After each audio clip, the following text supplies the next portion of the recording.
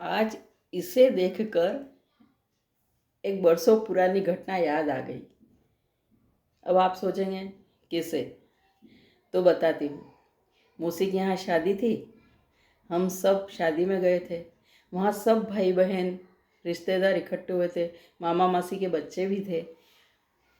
और सब ने कहा कि चलो उज्जैन की नगरी है, महाकाल के दर्शन कर ले और थोड़ा बाजार भी घूम ले, किस्मत वाले को ही तो मिलती है।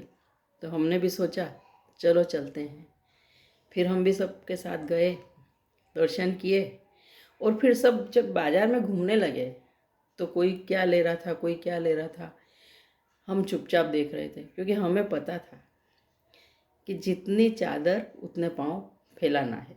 हमारी आर्थिक स्थिति कमज़ोर थी, इसीलिए मैं कुछ ले नहीं रही थी, देख रही थी। तो सब पीछे पड़ गए, बोले तू भी कुछ तो ले ले, क्योंकि सबको पता था कि इसकी आर्थिक स्थिति कमज़ोर है। कुछ हंसी मजाक के मूड में बोल रहे थे, तो कुछ सोच समझ के बोल रहे थे। फिर मुझे लगा कि चलो कुछ तो ले ले यादगिरी। और हम घूमते घूमते जा रहे थे और मुझे ये दिखाई दिया, वहाँ नीचे बिछा के बैठे रहते हैं सब, तो उसमें मुझे ये दिखाई दिया। और मुझे इसकी ज़रूरत थी, क्योंकि मेरी 2 छोटी छोटी बच्चियाँ थी। और इसकी ज़रूरत किसको नहीं होती है, सबको होती है। तो मैंने कहा रुको रुको। बोले ओहो हो कुसुम, कुछ तेरे को कुछ लेना है? मैंने कहा हाँ। तो मैंने कहा कि मेरे को ये लेना है। अब मैंने लिया। अब सब हंस रहे थे, ले ले के यही लिया। मैंने कहा कोई बात नहीं। फिर हम घर गए, घर पे भी सब इकट्ठे हुए, तो एक हंसी मजाक की बात बन गई थी। ये सब हंसी मजाक कर रहे थे। मैंने कहा कोई बात नहीं।